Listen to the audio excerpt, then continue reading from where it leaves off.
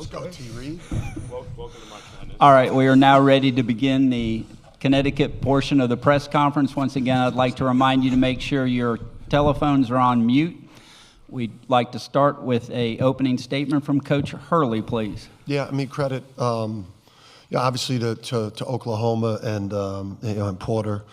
Porter is he's one of the best coaches, and he's also an incredible tournament coach when he gets in here. And we knew that we really had the guard today, and they're obviously top 20 offense in the country. Fears was everything that we thought he was going to be out on the court. I thought we did a better job on him in the second half, but we survived some stretches of missing some offensive opportunities. But as much as our defense has plagued us a lot throughout the year, it advanced us today. So just thrilled to advance and get a chance to play Florida.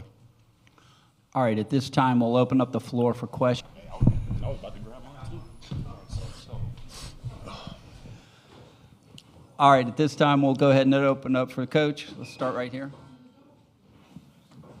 Dan, with this game seemed to be mirroring a little bit of your season with the angst, I suppose, and all the suffering you talk about.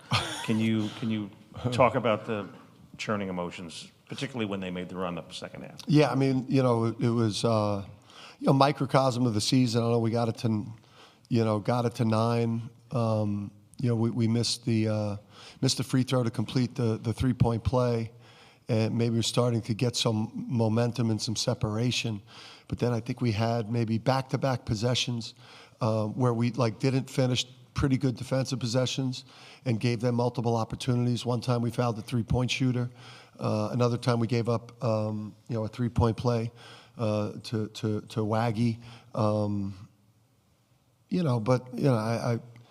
That's been a microcosm of the season. Like whenever we've been able to start playing good basketball and getting separation, we've tended to shoot ourselves in the foot. But the thing about this team is we're really battle tested. And we've had to fight so hard all year.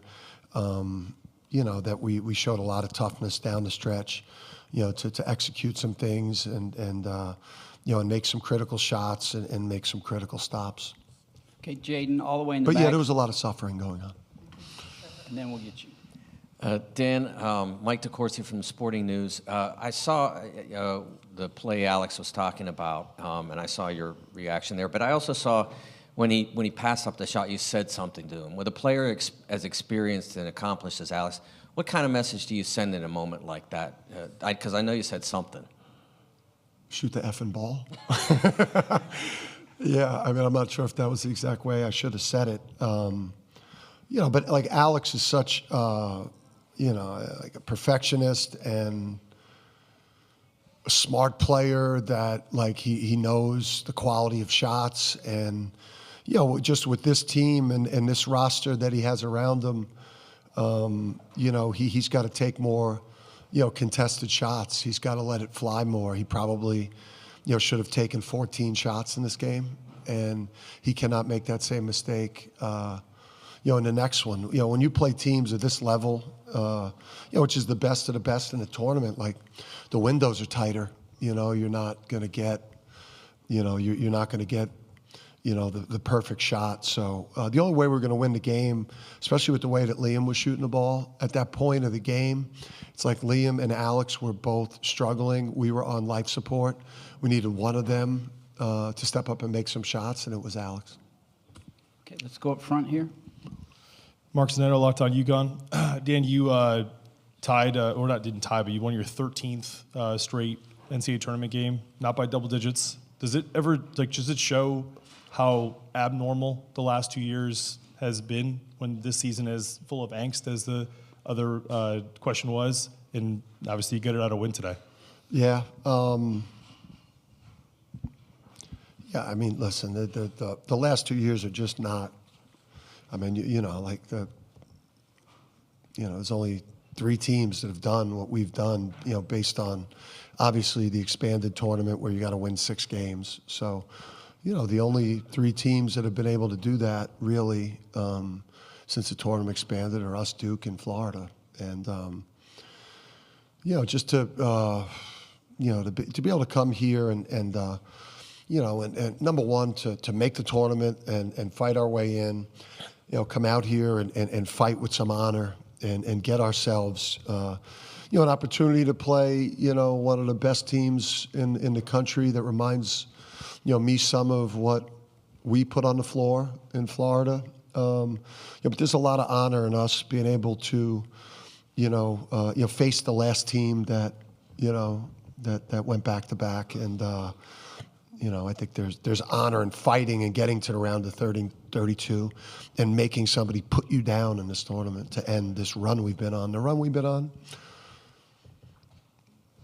if it wasn't for all of my antics and viral moments, obviously there'd be more focus on just what we've accomplished as a program the last 3 years. It's been an amazing run, one of the best runs anyone's had. Okay, Jaden, we need to go in the middle first, and then we'll get you two gentlemen over here.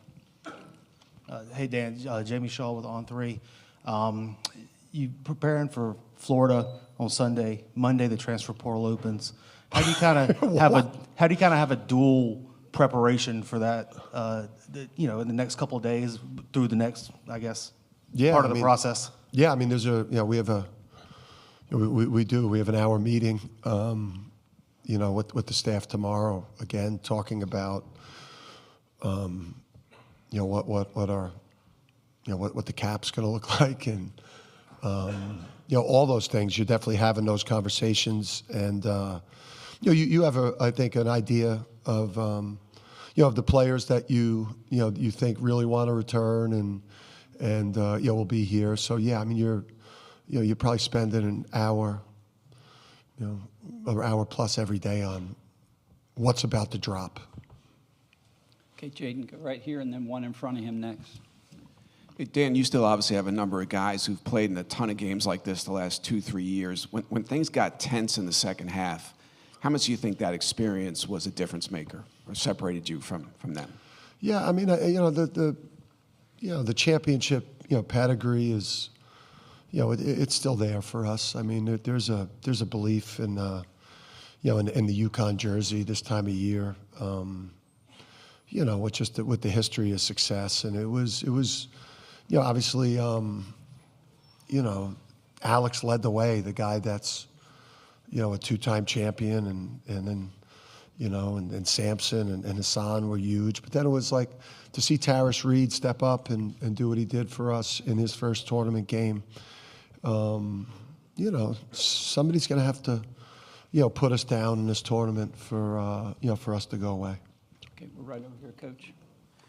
Dan, you alluded to it yesterday, but very often when a team survives a game like this in the first round, they've kind of loosened up a little bit going forward.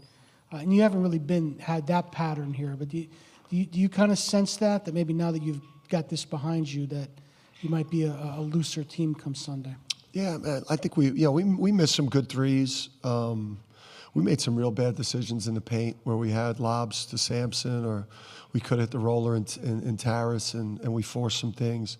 Yeah, obviously we turned the ball over a lot, but I mean we did lead for 38, for 38 minutes in the game. I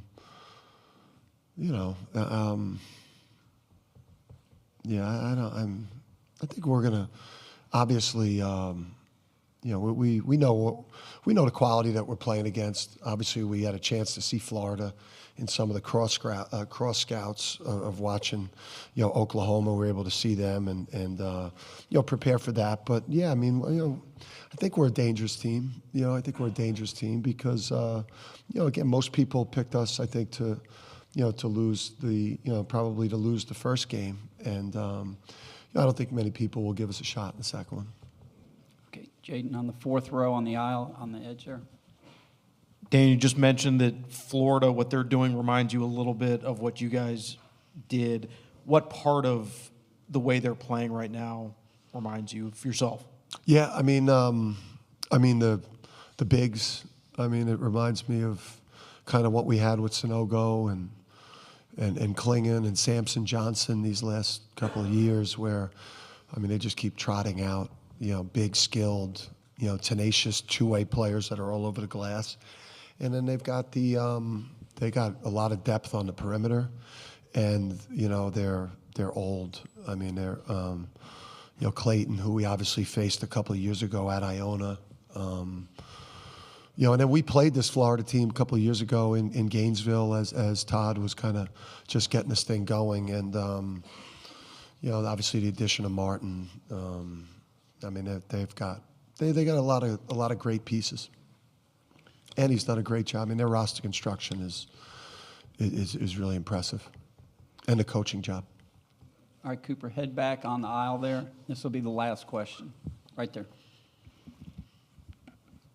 What's going to be the message to the guys to get them ready to take on Florida? You were mentioning a lot of fighter, a lot of underdog. Are you looking to instill some of that chip on the shoulder for a program that, as two-time reigning champions, has kind of been the hunted for a lot of the last 2 years? Yeah, I mean, I think for us, we're going to obviously seriously have to game plan this one.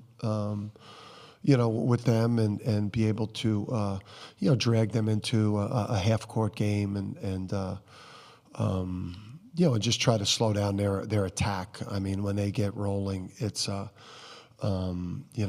wave after wave. So, but for us, what we are, we come into this tournament as back-to-back national champions. So, obviously for us, we're we'll get these guys back, and I think they'll get a lot of confidence from advancing and a lot of, energy and a lot of belief. UConn and myself, getting out of the first round of the tournament. Once we get out of the first round, we've been pretty good. Okay, thank you very much, Coach. I Thank you. appreciate it. All right, see you tomorrow.